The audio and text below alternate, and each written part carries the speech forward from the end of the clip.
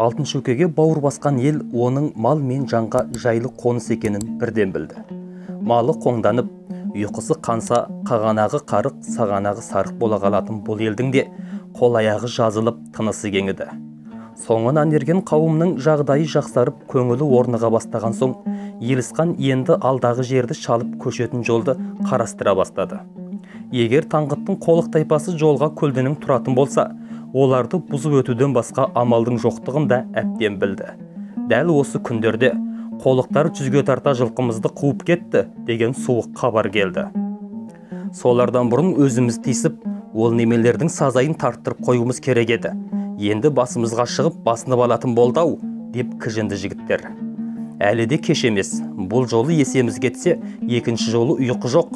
Албасты қабаққа қарай басады деген әуселесін көрейік, деді тағы бірі. Елісқан іштей оларды құптап отырса да, бірден мақұлдық берген жоқ. Жүрген жерімізде ылғида жаулықпен келе жатып, тағы біреумен алыса кету үшін де күш керек, ақыл керек, деп әлі де болса сабыр сақтағысы келді. Малды қуғандар кімдер, неге қуды? Басты адамдармен сөйлесіп алып барымтаның мәнін білейік, сонан соң шапсақта кеш болмас, деді. Бұған Құсыман бастатқан топ қосыла қоймады. Онсыз да бізді бастап жол ашуға аттанғалы отырған жоқ бедіңіз, қайта тыныш жатқан жыланың құйрығын басқан өздері. Енді аяйтын түгі жоқ, бұл жолы қимылдамасақ, осы күніміздің өзіне зар боламыз, дегенді айтты. Расау, деп ойлады Елісқан, бұл жолы қарманбасақ, қапы қалуымыз әбден мүмкін. Бірақ бірден шабыңдар десе, аңдаусызда жаудың тұзағын басып алып, жігіттердің беті қайтып қалса, ол да оңай болмас. Елісқан Құсыманға қарап, онда бір топ жігітпен шолғыншы ретінде сендер аттаныңдар, әр қандай іске албарынды болып, албаты ұрынушы болмаңдар. Қиын мәселе болса бізге адам жіберіңдер, жаулыққа дайын тұрып жаралы болып жүрмеңдер. Жауласудан шығар мүйіз болса бізге шығар еді ғой, абай болғандарың жөн, деді. Онсызда талайдан бері іш құста болып жаусырап жүрген жігіттер қолық қайдасың деп дүркірей жөнелді. Іздің бағыты қолықтар мекеніне қарай жетелеп, ғайлар мен сығайлар іріктеліп, топты бастай жөнелді. Құсыман бастаған қуғыншылар құмды далаға келгенде ізден адасып қалды. Жел мен жауынның әсерінен құмдағы із өшіп кетіпті. Не жылқы жоқ, не жаудың қарасы да көрінбейді. Амалсыз қалған олар құр қайтқанша құлан аулап қайтайық деп аңшылықтың қызығына түсіп кетті. Сөйтіп майрағайда тайрағай болып жүргенде, ойбай қолықтар келе жатыр деген хабар келді. Құсыман қостарын қалтарыс бір жерге түсірткізіп, аң аулауға кеткен жігіттерді жинауға бұйрық берді. Бірнеше жігіттің тұрғыдан қарауыл қарауға жіберді. Қарауылдағылар қолықтар қара шатырларын тігіп, қалың малын жылжытып келеді. Ақ моншақтай қалың қойы бір сайды бір ағалып жатыр. Соғыста ұсақ малымыз көп қырылып, қойсыз қалған ауылдар көп еді. Қарақшылар әкеткен жылқымыздың бодау ретінде ұсақ малынан айдап алсақ жақсы болар еді, десті. Жігіттердің бәрі де осыны құптады. Құсыман, өз басым теріс көрмес едім, бірақ ауыл ақсақалдары не дейді, Елісқан не дейді, деп бөгеле берді. Ет пен майды жек көретін қазақ болса көрерміз, ақ май шайнайсың десе, азу тісінен айырылған шалдар алдымен қуанар, деді біреуі. Жұрт ду күлді. Құсыман дұрыс айтады, деді Омар Үкірдай. Ең жақсысы Елісқандарға хабар таптырыңдар. Омар Үкірдайдың сөзін Сүлеймен молла да қостады. Балалықты қайтесіңдер. Арт жақтан рұқсат алып, сонан соң шапсаңдар да кеш қалмайсыңдар. Көптің ұйғарымы осыған ойысты да, Нұрбекбай, Мұршали дейтін сымнан өткен сырықтай екі жігітті таңдап алып, Елісқан қожақындарға аттандырды. Түнгі жортуылдың қыр-сырына қанық қос жігіт жықпыл-жықпылды қуалап шаба жөнелді. Кешке қарай қарауылдағы жігіттердің бірі келіп, қолықтардың қарауылы бізді байқап қалды. Сырттан келіп қонған қосқа дейін көріп қайтты, деп мәлімдеді. Құсыман, олай болса қас қарая қосты көшірейік. Атаңа нәлеттер түн ішінде шауып жүрмесін. Және де біз жер сырын білмейміз. Сол үшін беті ашық, жазық жерге түсейік. Бұлай болғанда біріншіден олардың шабуылынан оңай сақтан аламыз. Екіншіден олар түнде бізді таппай, күндіз көрсе жазықта бейқам отырған аңшылар екен деп ойласын, деді. Құсыманның айтуы бойынша бір жазықтың ортасындағы топ-топ сексеуіл мен жыңғылдың арасына келіп қос тікті. Бұл табылған ақыл болды да, ешкім байқамайтын елеусіз жер болып көрінді. Арт жақтан әлі хабар жоқ. солардың ақылын аламыз деп күтіп отырғанда қолықтар бізді қырып салып атымызды алып кете береді деп тыпыршыды жігіттер. Әншейінде олжа шабыс дегенде қарсы бола қалатын Омар Үкірдай да манағы сөзінен тез айнып желпілдей қалды. Ең абзалы, олар қол салудан бұрын біз қимылдайық, әйтпесе кеш болады, қапы қаламыз, дейді атын тебітіп. Рахимолда, қолықтар жылқымызды қуып бір дәнікті, енді бізді шауып алатын болса қалған елді қырып салады. Қырмаған күннің өзінде маңайына бастырмай қуып жібереді, деп Омарды қостады. Елісқандарды күткеніміз оңбалар еді, деп күмілжіді Ильяс. Бірақ шынында жау жоқ деме жар астында дегендей қолықтар өзімізді тарпа басталып жүрмесе болды ғой. Жауды аяған жаралы болады. Досымыз емес жылқымызды барымталап әкеткен жауымыз тұрса, несін аянып тұрсыңдар, деді Аңғалбай. Ойланып толғанатын дәнеңе жоқ. Қорықсаңдар топты мен бастайын. Жұрт Омар Үкірдайға таңдана қарады. Әдетте кішігір міске желпілдеп кетпейтін бұл кісі атының ауыздығымен алысып шаба жөнелуге дайын тұрған секілді. Жұрттың бәрінің өзінен жауап күтіп тұрғанын білген Құсман. Айтқандарыңыз болсын, бірақ абайлайық. Бұлардың біз көріп отырғандардан басқа жерде де адамдары бар шығар. Аңғалдық істеп арандалып қалмайық. Маған бірнеше жігіт ілессін, алдымен тіл алайық, деді. Жанына 5 адам ерткен Құсман қолықтардың шатырын торуылдады. Күн батуға шылбыр тастам қалғанда сырттан келе жатқан бір адамның қолықтардың шатырына беттеп бара жатқанын байқады. Бұлар көлденеңдеп тұра шауып еді, аты алымды немекен жеткізбей шатырға ілініп кетті. Күннің шоқысының туманды биігіне жасырынған күн лезімді көзден ғайып болып, маңайды қараңғылық бүркей бастады. Қазақ тобы түгелдей жиналып шатырды қоршап алды. Бірнеше жігіт сырттан келетін жолдарды торуылдап жүр. Шатыр ішінен қолықтардың әлденені айтысып, шу-шу еткен үндер естіледі. Құсман қосқа қарай ентелеп тұрған жігіттеріне: бейуаздардың қанына ортақ болып қайтеміз. Бұлар қуған жылқымыздың есесі үшін біраз малын қуып алайық та тайып тұрайық. Артымыздан қуып келсе, бәріміздің де дайын болғанымыз жөн, дегенді айтып, оларды әр тұсқа аттандырды. Әнеу қобының ішінде маталған жылқы, шөгерілген түйе бар сияқты.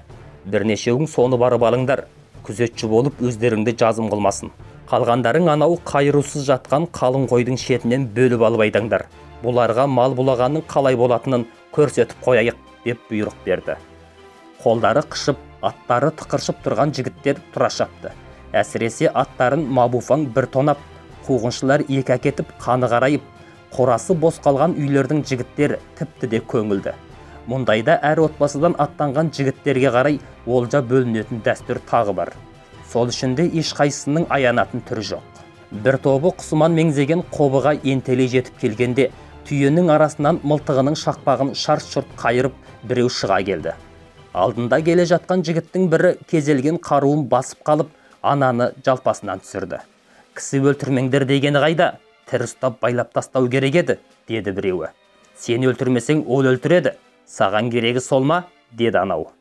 Бұлар жылқымен түйені қуып шыққанда, алдарынан қалың қой айдаған жігіттер кезікті. Оп-оңай түскен олжаға мәз болған қалың жігіт өз малдарын айдап бара жатқандай жайбарақаттықпен жылжи жөнелді.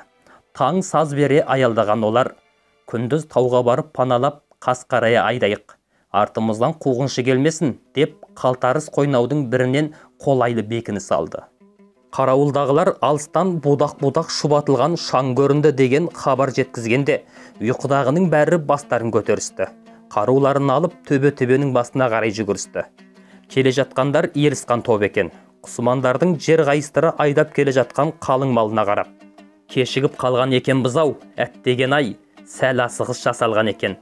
Біздің жылқымызды қуған қолықтар емес, моңғолдар екен. Олар біздің арамызға әдейі от тастау үшін осылай істепті, дегенді айтты. Иттің баласы бізді алдаған екен ғой. Қазақтар мен қолықтарды қырқыстырып қызығын көрмек болған екен ғой. Әуелі сол иттердің басын кесіп алу керек еді. Енді бәріне де кеш болды. Елісқан қайта сөз алды. Істелетін іс істеліпті. Өкінгенмен амал жоқ. Малды айдап ауылға аман жетіп алайық. Артымыздан қуғыншы келуі мүмкін. Бір топ жігіттер қуғыншыларға сақадай сай тұрсын. Басталар іс басталған екен. Енді шегінетінде, аянатында ештеңеміз қалмады. Асатын асуымыз, басатын жолымыз бірден бір осы қолық жері болғандықтан, бұларға осы тиіскеніміз тиіскен болсын. Осы кезде бір қарауыл шауып келіп, жау, таудың басында мылтық ұстап жүрген адамдардың қарасын көріп қалдық. Қолықтар бізді қоршап алған сияқты деген хабар жеткізді. Омар Үкірдай тағы да жұрттың алдына шығып, ажалды қарға бүркітпен ойнайды деп, тау басына шолтыраңдап жүрсе, олардың сазайын мен берейін, жүріңдер менімен деп айғай салды. Сөйтті де тауға қарай тұра шапты. Оның соңынан бір топ жігіт кетті. Омар Үкірдай, Омар аға, тоқтай тұрыңыз деген Елісқанның үнін естігенде жоқ. Елісқан тұрғандарға қарап, бір тобың таудың желке жағын орап, жаудың артынан келіңдер, біз Омар Үкірдайларды қорғайық деп құралын қолына алды. Тау жақтан ысқыратқан мылтық үндері естілді. Жер сырына қанық қолықтар әр тасты далдалап алдыратын емес. Аттарын сайға қалдырған қазақтар жағы да әр тұстан өрмелей көтеріліп тұрыстық берді. Көп ұзамай таудың желкесінен айналған жігіттердің де жауға оқ жаудырып жатқаны белгілі болды. Қазақтарды қоршаймыз деп жүріп, өздерінің қоршауда қалып қалғанын аңғарған қолықтар жағы бірнеше өлігін қалдырып тез шегініп кетті. Соның арасынша Омар Үкірдай мен Байдолла оққа ұшыпты деген хабар жұртты елең еткізді. Әсілінде қолықтар тобына алдымен ілінген Омар Үкірдай атын Байдоллаға тастай салып, тастардың далдасымен жаяу өрмелей жөнелтті. Байдолла да мылтығы жоқ бір бала жігітке аттарды ұстата салып, Омардың соңынан кетіпті. Омар қарсы жағын қара қалып, мылтығының шүртпесін басқанда, ол құрғыры оталмай қалыпты да, шақпағын қайырып екінші оқты айдағанша тарс еткен мылтық үнімен өзі құлап түсіпті. Омардан өтіп шыққан оқ арт жағынан ентеліп жетіп келген Байдоллаға тиіп, ол да ауыр жараланған екен.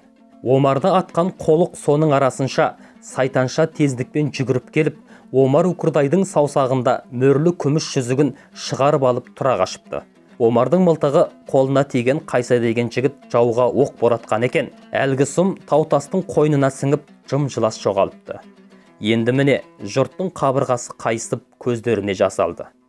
40 жыл қырғын болса да ажалды ғана өледі деген шын екен-ау. Қаншама қырғын соғыстардан аман келе жатқан Омар Үкірдай ақыры аз ғана қолықтардың оғынан мерт болды деп күңіренді көп ішінен біреу. Ауыр жараланған Байдолла да сол күні көз жұмды. Тегін олжаға қарық болдық деп қанаттанып тұрған жігіттердің еңсесі түсіп, лепірген көңілдері су сепкендей басылды. Бастары салбырап, жүздері тұнжырап үнсіз тұрып қалды. Бұл үнсіздікті Елісқан бұзды. Дәм таусылды, бұйрық солай.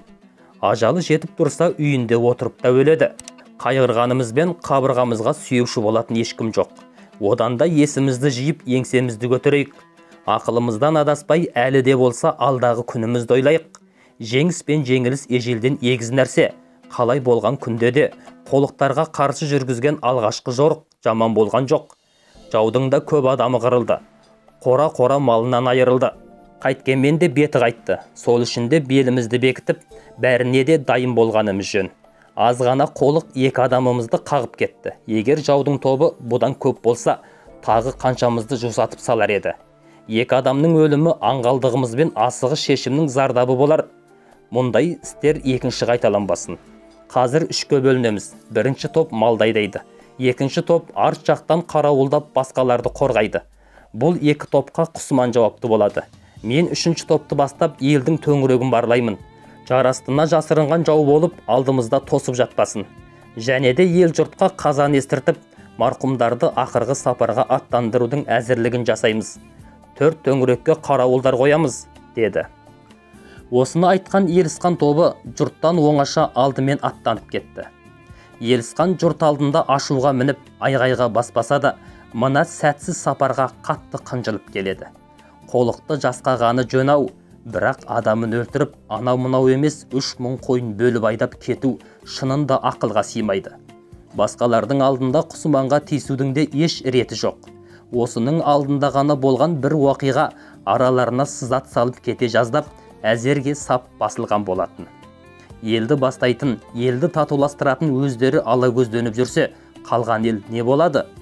Сол үшін де ағайынның артық дауына кешіріммен қарауды үйренген.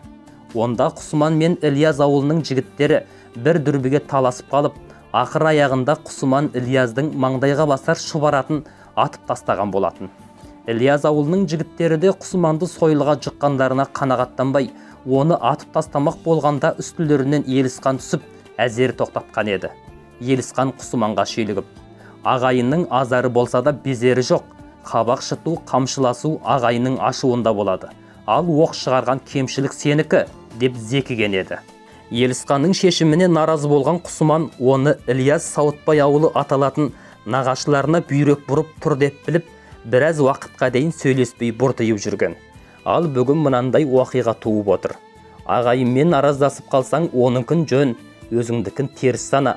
Жауыңмен атысып қалсаң, өзіңдікін жөн, оныңкін теріс сана дегенді көңіліне көп түйетін Елісқан Құсманның алдында бұлтсыз қабақ танытып, жылы сөзбен тіл қатысқан.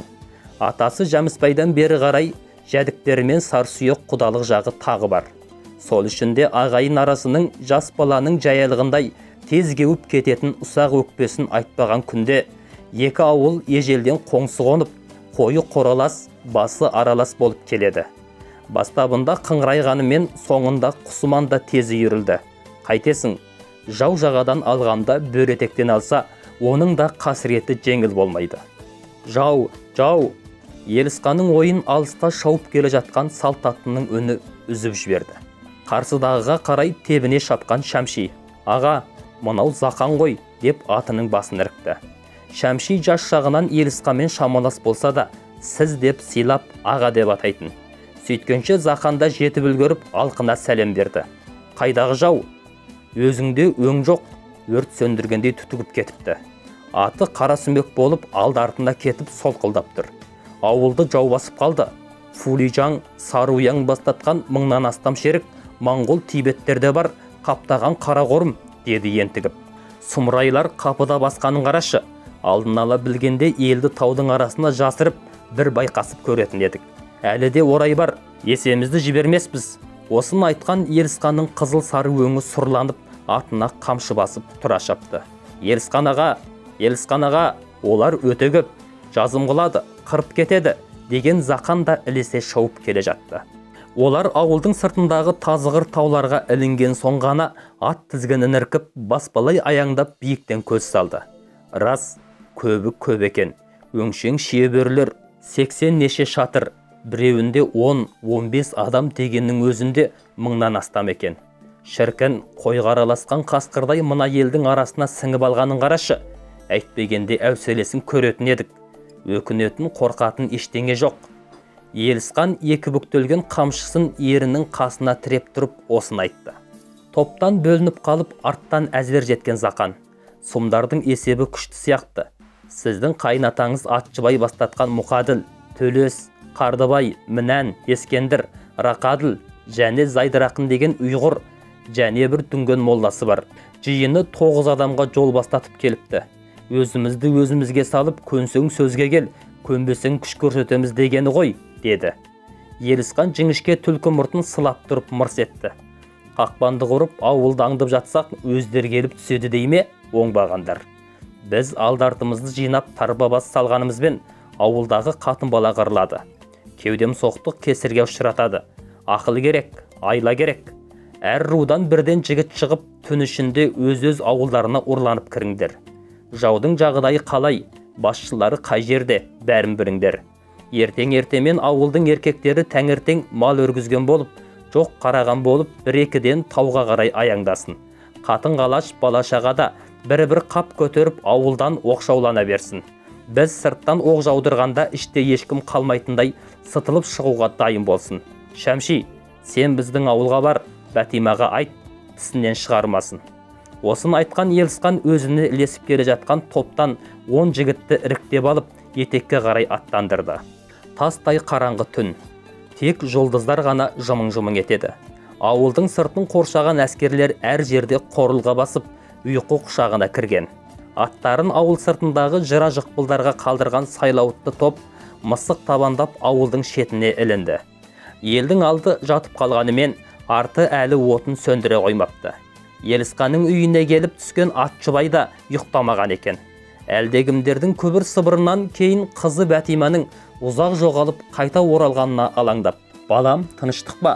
Жаңағы келіп кеткен кісілер кім? Деді басын көтеріп. Әке, Сізге айтпасам да болатын еді, бірақ несін жасырайын, Елісқан келіпті. Біздің үйге Шәмшиді жіберіпті. Ауылдың ер әйелі түнімен ұрланып тауға қарай бой тасаласын. Қалғандары таңертең ерте мал өргізіп, тезектеріп ауылдың сыртына шықсын, жаумен соғысамыз, депті. Ойбай, не дейді? Елді қырамын дей ме? Бұлар жаулықпен емес татуласу үшін келген жоқ па? Ашындырып алсақ бейуаз халықты қырып кетеді ғой. Тоқтатыңдар мұндай сұмдықты. Қайда жүр әлгі елшілері? Осын айтқан Атшыбай көрпеден басын көтеріп, асығыс киіне бастады. Әке, Елісқанда бал емес қой, бір білгені бар шығар. Жоқ балам, ол қанша дегенмен албырт жас қой, елді қырады, бүйтпесін. Соғысам дегенін қойсын, кеселді тез тоқтатсын. Мен Ханжинбауға барамын, екі жақты татуластырамын. Іштерінде Құдай деп Құран ұстап келе жатқан ақсақал молдалары бар, солардан ұят болады. Адамның сөзін емес, Алланың сөзін айтып, татулыққа шақырған адамға қарсы оқ атсақ, Тәңірдің қарғысына қаламыз. Әке, сабыр етіңізші. Атшыбай Пәтиманың сөзін тыңдаған жоқ. Ертесі ертемен Елісқандар отырған қарағайсыз қарадырға Атшыбай, Мұқаділ, Рақаділ, Зайдырақын бастатқан бір топ келе жатты. Орталарында басына дағардай сәлде ораған ақсақалды дүнген молдасы бар. Оның қасында бұрындары есілқамен үйір-шүйір өткен бір дүнген жігіт ілесіп келеді. Елісқан өз тобын кейін қалдырып алдарына шықты. Аман сәлемнен кейін Атшыбай: «Қарағым, Елісқан, ашу алды, ақыл соңы деген. Кәрі қойдың жасындай жасым қалғанда қалай өтірік айтайын, елген басты қылыш кеспейді дейді. Құран ұстап Құдай дескен мына мұсылман бауырларың жаулық емес, достық тілеп келіп отыр. Елдестірмек елшіден, жауластырмақ жаушыдан деген. Біз елші болып елдестірмек үшін келіп отырмыз. Қара басың болса, оның жөні бір басқа. Қара ормандай халқыңды отқа тастама, қарағым. Ақылың бар азаматсың, ендігісін өзің ойланып толған, қабырғаңмен ақылдас. Кеңеспен пішкен тон келте болмайды, деді. Елісқан иілген жоқ. Қайнатасы болса да бетіне тік қарады. Мұсылман деп осыларға қанша малдандық. Итарқасы қияннан ат арылтып, тон тоздырып бауырымыз екен деп, діні бір мұсылман екен деп келгенде сыйын көрдік емес пе? Елдеспек үшін келсе, мұншама көп жер қайысқан әскерімен ауылды басып қонама.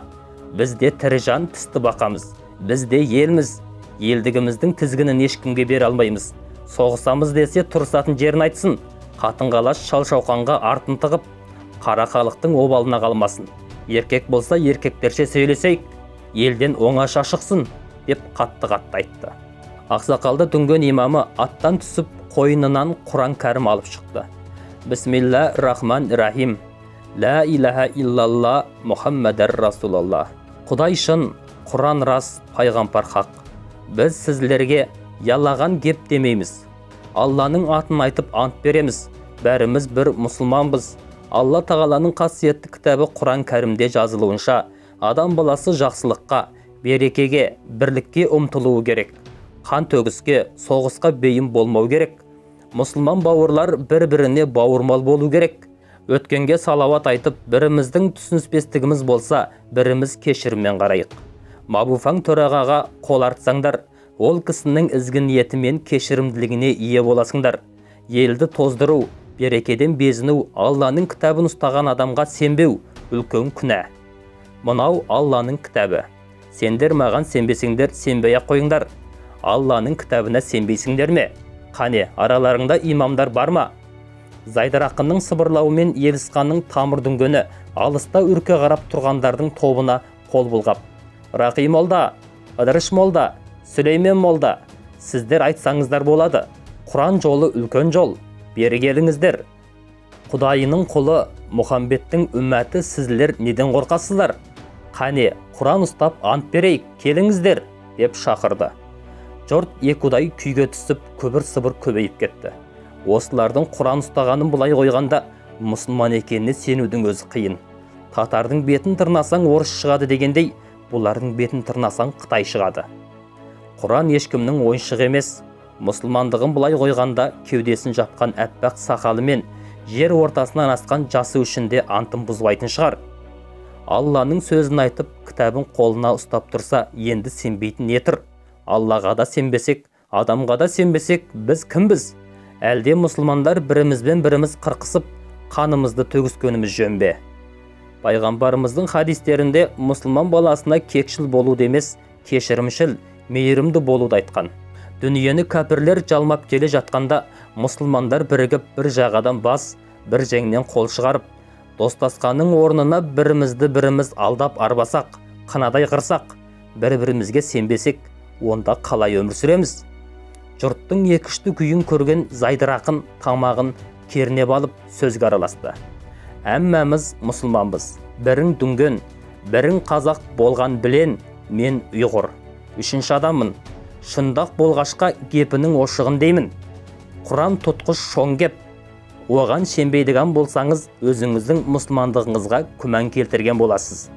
Мұсылман мұсылманның қанын төкпеш керек, шеніш керек. Бұлар Долатының адамы, Долатының армиясы, сізлерден қорқпайды. Мұсылман ака-ука болғашқа кепінің яқшы болушыны қалайды. Тіл қатпай сазара түнеріп тұрған Елісқанға жақындаған Ескендір. Елісқан, біз елші ғанамыз. Саған бүйт сөйт бұлай істе деп ақыл айтудан аулақпыз. Өзің шешсең өкінбейсің деп әлденені айтпақ болып жақындап еді. Оның сөзін атшыбай бөліп жіберді. Ақыл айтудан аулақ емеспіз. Елдің амандығын ойла. Жаман қатын жас баланың көз жасына қалып жүрме. Құран Құдай дегеннен үлкен сөз болмайды, деді ол. Ескендердің жол бастаушылар қатарында осылай аттанғалы жатқанын естіген Қасым оған жасырын кездесіп, Елісқанға үш қайтара сәлем. Бұлардың сырты мұсылман болғанымен іші кәпір екен. Сөзіне сеніп опық жеп қалып жүрмесін, деп арнайы сәлем айтып, бір жапырақ қат беріп жіберіп еді. Енді сол қатты беру түгілі әлгі бір ауыз сөзді айтудың ыңғайы келетін емес. Аңдыған орайлы сәтінің өзі өтіп бара жатыр. Ескендір белгісіз батылдыққа басып, Елісқанға тебіне жақындады. Елісқан, ысқырып атқан киіктің обалы жоқ. Біз саған ысқырып тұрмыз. Бізге сенбе, өзің шеш, деп қайталай ескерту жасады. Мұқаділ Ескендірдің бетіне адырая қарап, Есеке, елдестіргелі тұрсыз ба, жауластырғалы тұрсыз ба? Сонау Көккөлден осылардың артынан ат арытып келгенде, ақылымызды айтайық, өртті өшірейік деп келдік. Мұсылман жолы да солай ғой, деді. Рақадыл оны қостап, шынын айтсақ, қарсыласқандарыңнан ешқандай пайда жоқ. Біз емес, ел күйзеледі. Алтын шөкеге келген ел ғана емес, арт жақта олардай шулап қалған қатын бала ел жұртқа да бәлеміз тиеді. Бір қарым майға түскен бір құмалақтай бүкіл елді бүлдіргел отырмыз, деп Елісқанға қарады. Елісқан тіл қатпастан арт жақтағы өзінің молдалары мен имамдарына қарап еді. Оның сырын қабақ қағысынан аңдаған Рақи молда алдыға шығып, қасиетті Құран кәрімде екі жақтың соғысқан жаулықтары туралы, егер олар бейбітшілік жағына бейімделсе, сен де бейбітшілік жағында бол, Аллаға сүйен, Алла оларды естіп біліп тұрады, деген. Әуелі ант берсін, онан кейінгісін Аллаға тапсырайық. Біреу емес, екеу емес, көп болып куәлік етіп тұр ғой, дегенді айтты. Дәл осы сәтті аңдып тұрғандай дүнген молда әппақ сақалы селкілдеп, көзін жұма мүлгіп, Құран сүрелерін мақаммен оқи бастады. Жұрттың өні сап тиіліп, амалсыз қол жайды. Ұзақ сүрені күбірлеген ол. О жаратушы ием, жалғыз хақ, мұсылман халқына қайыр берекеңді беріп, елімізді аман, жұртымызды тыныш қыла көр, деп дұғасын тілек батамен аяқтады. Басқаның бәріне иілгісі келмейтін Елісқан ат басындай Құранға қолын қойып, жүгіне күбірлеп отырған дүнген имамының сөзіне иланды ма, сақалын сыйлады ма, әйтеуір жібігендей болды. Айтқандарың шын болса, алдымен бізді татулыққа шақыра келгендеріңнің бәрің Құранды ұстап ант бересіңдер. Сосын біздің өкілетті адамдарымыз хан Жеңбаудың алдына барып, оның антын алып барып қол тигіземіз, деді. Демін ішіне тартып, бірін-бірі қабақ қағысынан аңдып тұрған екі топтың үстіндегі қорғасындай ауыр бұлттар сырылып кеткендей болды. Өрттің білтесін өз қолдарына ұстап тұрғандай үнсіз түнергендердің қабақтары ашылып, ух деп жан шақырған демалыстары білінді. Бәрі де көкіректерін керіп еркін тыныстай бастады. Аттарынан түскен көп бірін-бірі құшақтап қайталай амандасып жатты. Тек Ескендір ғана топтан оқшау ат үстінде қабағы жауар күндей тұнжырап, сазарған күйі тұрып қалды. Елісқандар ауылға қарай еңкейгенде олардың бейбіт бітімінен хабар тауып отырған хан Жеңбау Сауян тобы алдарынан шықты. Екі жақтың татуласқаны үшін бе, әлде жауларының қарсылықсыз берілгеніне қуанып жүрме, әйтеуір хан Жеңбаудың екесі екі құлағында. Көне достарымен қайта қауышқандай ыстық ықылас танытып, топтағыларымен кезек-кезек қос қолдап амандасып жатыр. Әлденеден секемденіп, ала көңілмен келе жатқан қазақ жағы да жауларының езуіндегі күлкіні көріп, жандары жадырап қалды. Елісқан бәрін өз шаңырағына түсірді. Таспен атқанды аспен ат деп білетін қазақ салты бойынша бірден әңгімеге көшпей, ақ сарбас алдырып бата жасатқызды. Қандай қиын күйде жүрсе де, қазақ дастарқаны өз тоқтығын тағы бір көрсетіп қалғысы келгендей жондана жайылды. Сөзді Елісқан өзі бастады. Қазақ салты бойынша сіздер ауылға келгенде қонақсыздар. Сол үшін де үлкендер келгенше қонақ ұялады, келген соң қонақ иесі ұялады деп жатады. Келгенше сіздер ұялып келдіңіздер ме, жоқ па, оны өздеріңіз білесіздер. Енді біздің ұялуымызға тура келіп отыр. Өйткені үйіңе келгенде үйдей бәлеңді айтпа деген ата сөзін аздырақ бұзғым келіп тұр. Жел соқпаса шөптің басы қимылдамайды ғой. Бұрынғылардың қасапшыға мал қайғы, қарешкеге жан қайғы, мысыққа ойын керек, тышқанға өлім керек деген сөздері бар. Мабуфаң бізді қыспаса, көрші таңғыттар малымызды бұлап адамдарымызды өлтірмесе, ұлықтарымыз әділ болса, біздің көшіп неміз бар. Жәбір көріп жазықсыз жалаға ұшырадық. Арымызды аяқсыз, өлгеніміз жоқтаусыз қалды. Енді Ағдастарханымның үстінде ауыздарыңнан имандай шындықтарыңызды естігім келіп отыр. Хан Жеңбау мырза, мына кісілер сіздің сәлеміңізді жеткізіп, Алланың сөзі жазылған қасиетті Құранды ұстап ант берген соң етекке түстік. Адамдарымыздың көбі әлі де болса бізден хабар күтіп, тауда бекініп жатыр. Ендігі әңгімені өз ауыздарыңнан естігіміз келіп отыр, деп тоқтады. Хан Жеңбау тісінің ағын көрсетіп, Атшыбай мырза, сенің атаң. Ал ана сақалы күректей Ибрахим молда, Мабуфаң төрағаның жеке имамы. Екі қариядан асып не айтамыз? Мабуфаң мырзаның да ойлайтыны елдің тыныштығы мен береке бірлігі. Мүмкін араларыңызға ақ сайтан кіріп азырақ түсініспеушілік болған шығар.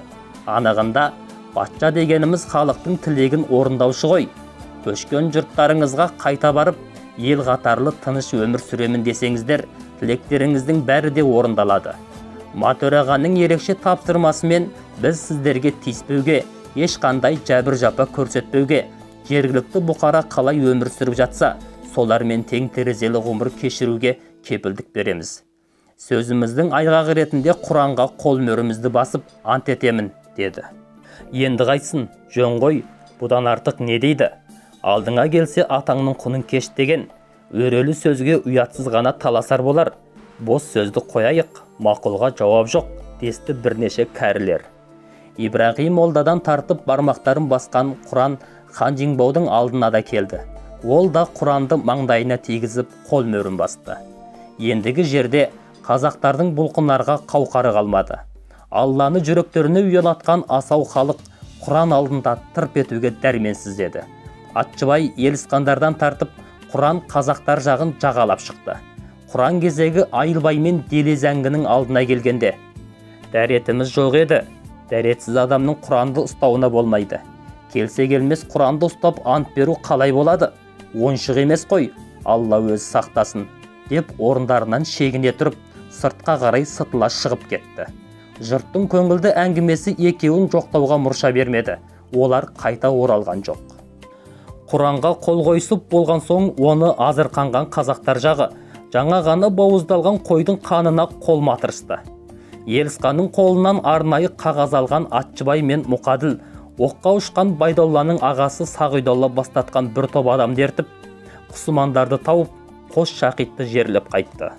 Елісқандардың Хан Жеңбауға берілгенін естіген құсыман Елісқанды құдай ұрған екен, бағынған соң қолындағы қаруын алады, онан соң көлігіңді алып тырп еткізбес бәлем, деп қатты ашуланған болса да, той күнгідей шауып жүрген жігіттердің көңілді бейнесін көріп амалсыз илікті. Әкесі Сабырбайдың ауылға келмесін, не көрсек те біз көрейік, бой тасалай тұрсын деген сәлемі құлағына тисе де көптің ұйғарымын бұзып кете алған жоқ. Ертесі таң атысымен шеріктердің түсі мүлдемге өзгерді. Әскерлер үй біткенді тінтіп, қару-жарақ атаулыны түк қоймай жинауға кірісті. Елді 3 топқа бөліп, келген іздерімен кері айдады. Шашау шыққандарын малша қайырып, қамшының астын алды.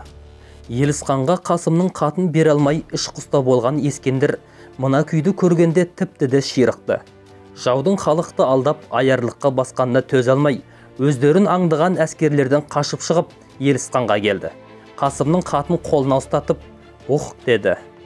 Қасым хатында былай деп жазған екен: «Мен мұсылман болған соң Мабуфанға сеніп едім. Оным бекер болыпты. Бұл адам емес, нағыз қарағашардың өзі екен.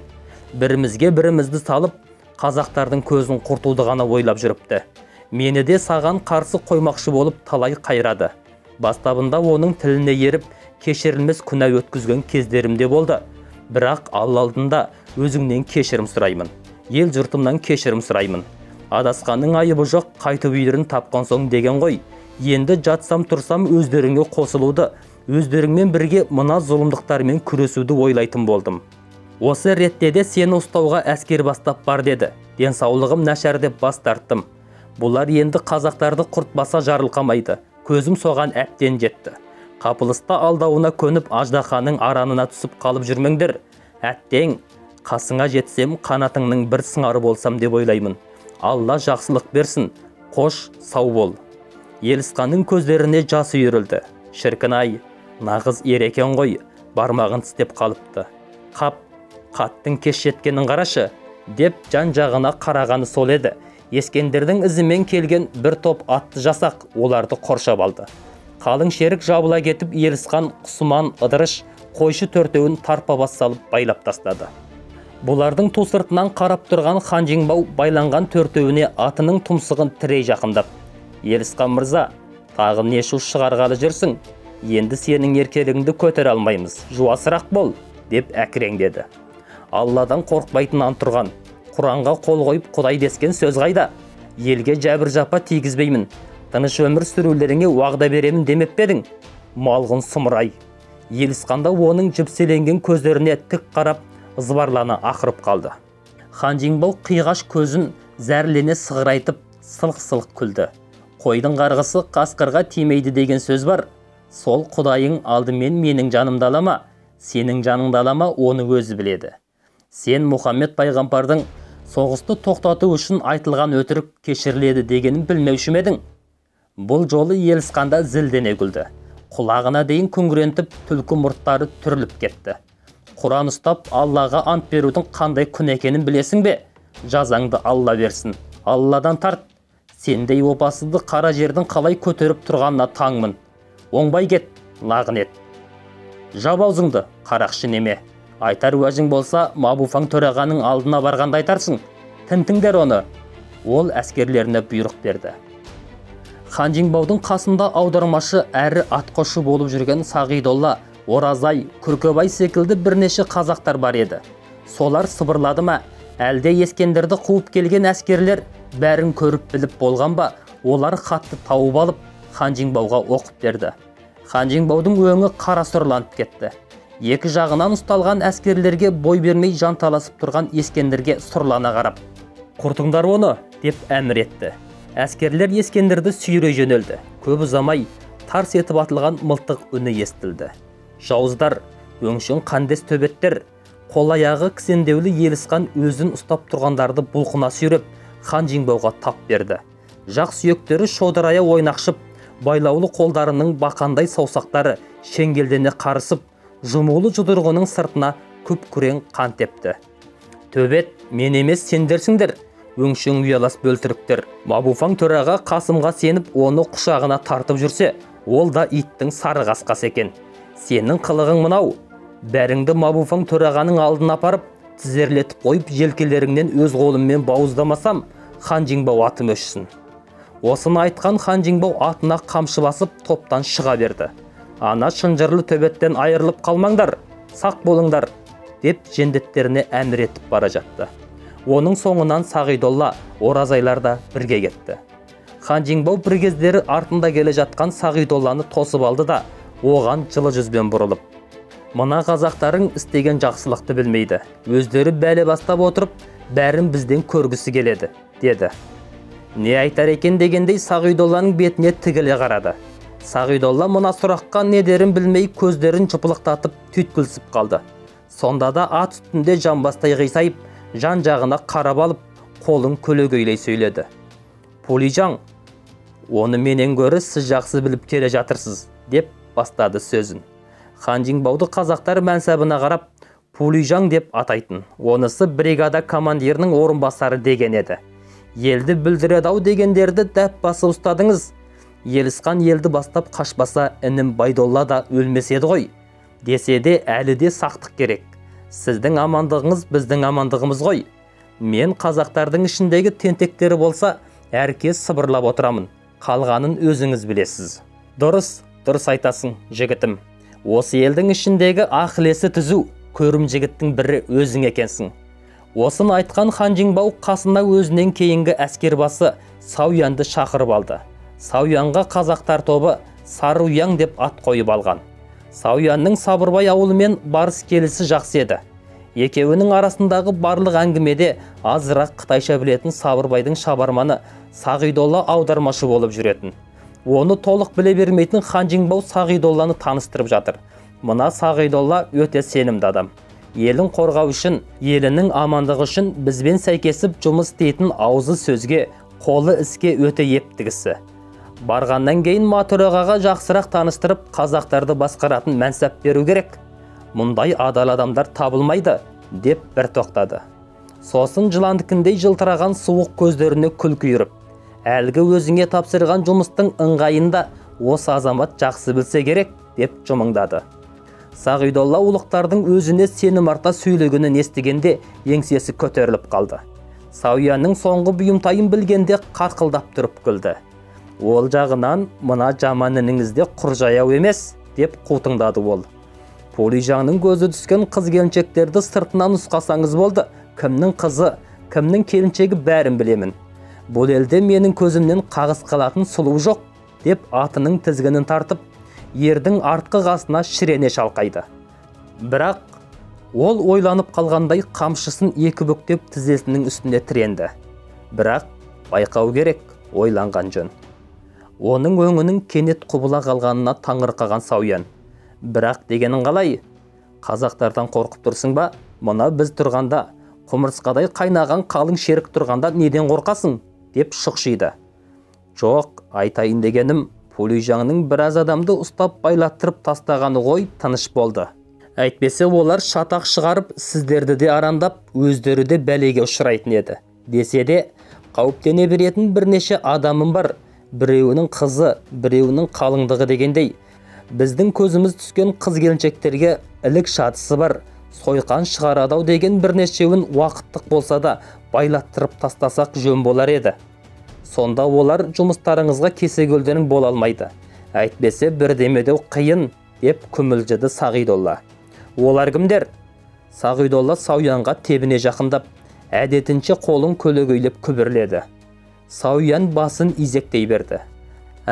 Солай де, оларды қазырақ байлатып тастаймын. Керек десең, жер түбіне жібере салудан да тайынбаймын, деді Сауян ат үстінде қылышын сығымдай қаһарланып. Осын айтқан Сауян мен Сағидолла нөкерлерін ілестіріп, созыла шұбалып бара жатқан көш бойын жағалай шауып өтті. Айтарға көш дегенмен, керекке жарайтын малдың бәрін сыпырып алып, әр түтінге 2-3-тен ғана түйе берілген. Бірлі жарым бие секілді көліктер болмаса, аттың өзін сыпырып алған. Көбі жаяу жалпы шұбырып келеді. Ілесе алмағандарын шеріктер қамшымен шықпыртып, шашау шығаратын емес. Сауянмен қатарласа келе жатқан Сағидолла сұлу қыз, өңді келіншектердің тұсынан өткенде тізгінін іркіп, әміршісінің құлағына әлденелерді сыбырлап келе жатты.